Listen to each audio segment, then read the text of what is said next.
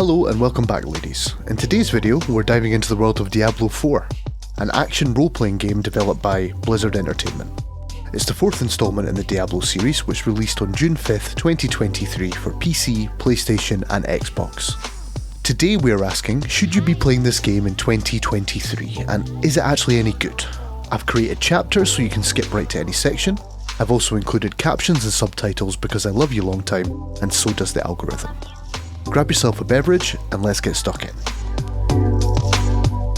In Diablo 4, players create a character from one of 5 playable classes: Barbarian, Druid, Necromancer, Rogue and Sorcerer, and use their skills to complete varied combat quests throughout a sprawling campaign.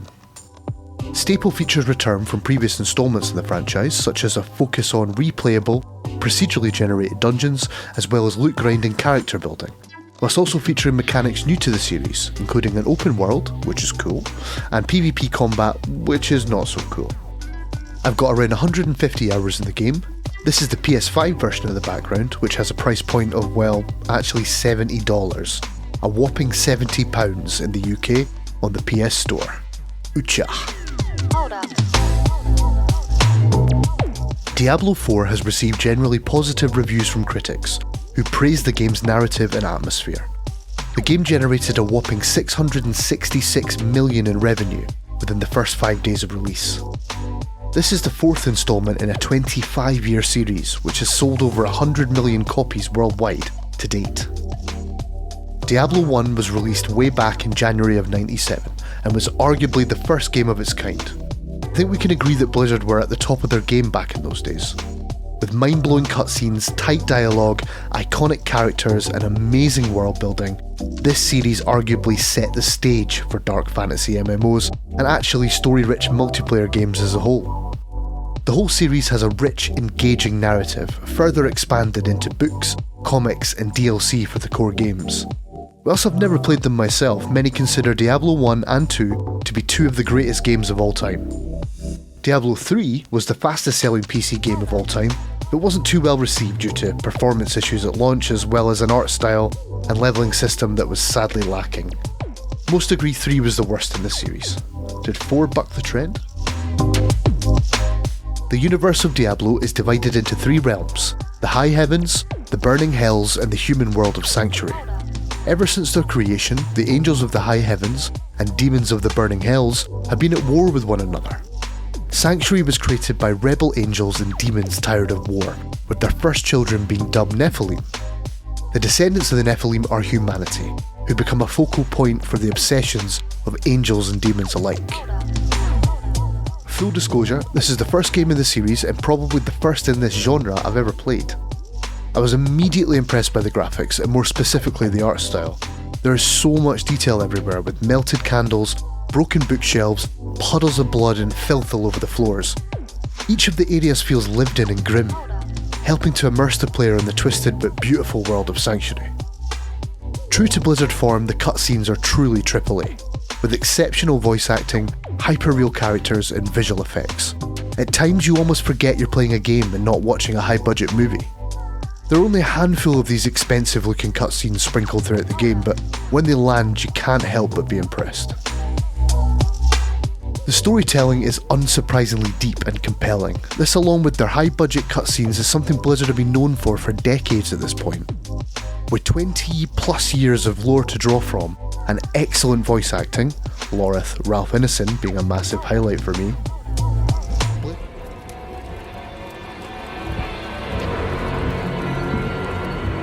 If you're going to trespass into my home,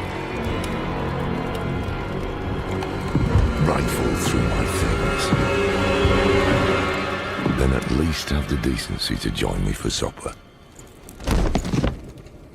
I'm bloody hungry. Blizzard really seemed to nail the drama of the literal world ending, artfully describing the quiet desperation of its inhabitants as unwilling pawns in a larger celestial battle. The world itself is immense, with ancient jungles, creepy catacombs, destroyed palaces, writhing swamps, snowy mountain passes and barren deserts. You're made to feel like you're in a real tangible place with a bloody tragic backstory. The combat is a highlight, and is at times overwhelming. There could definitely be more monsters on screen at times, but as you climb the world tiers, and therefore the difficulty, things can get intense in a good way. The monster design is really second to none. There are a wide variety of nasties to sink your sword into, each having their own movesets and complex animations. You can tell a lot of love has gone into these. You can't talk about combat without discussing the skill trees and paragon systems, which are unique for each class. Though at first glance they may seem quite basic, they do allow for the development of diverse builds, allowing you to tinker and min-max to your little nerdy heart's content. The variety of weapons and skills in this game are amazing. It's a looter after all, and there's never any shortage of shinies. Exploration is rewarded on Sanctuary. Unsurprisingly, inventory management is a bit of a chore in a game like this, but I'm so glad that they fixed the gems taking up slots in your main limited inventory. It was boring to have to teleport back to base every 10 minutes to bin them, another accumulated crud. The teleport system itself though is a highlight. Simply press down on the D-pad and you can teleport back to any hub city. The portal back stays open until you're ready to get back to business. More games need to implement this. The music is out of this world. Just listen to these titles.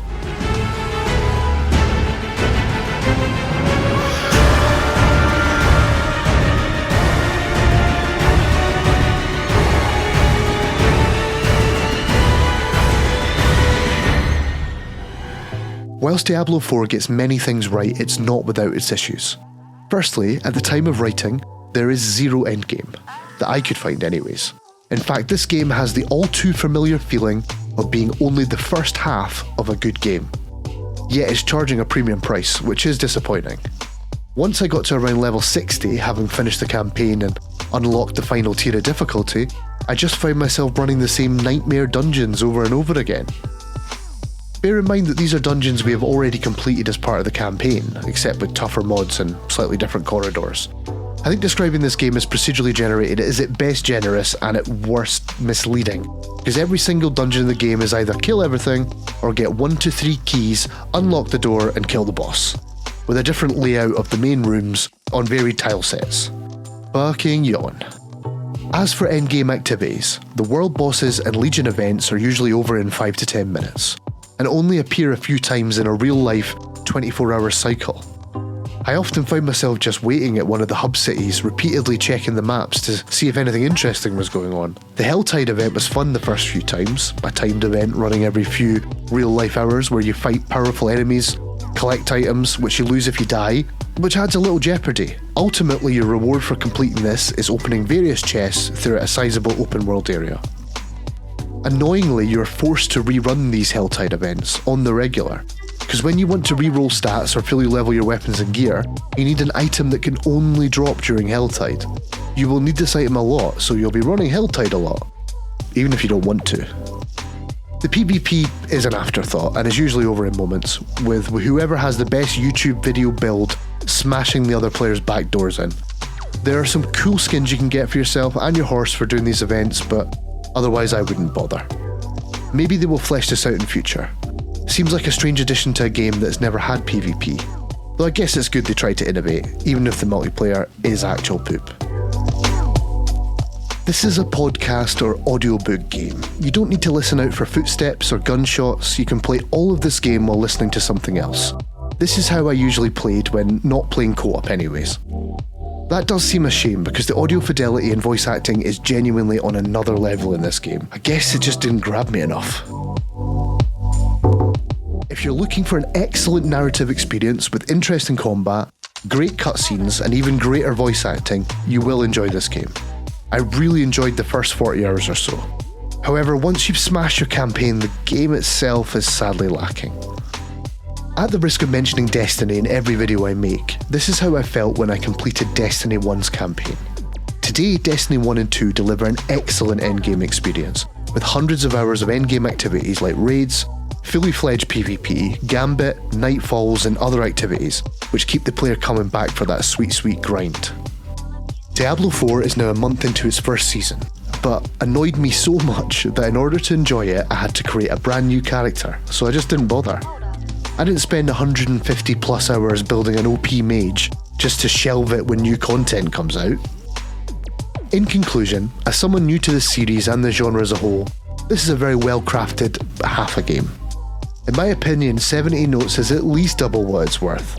I have no doubt that in 1 to 2 years all the gaps will be filled and this will be a solid game and worth looking at again, or even for the first time. So therefore my verdict is not recommended.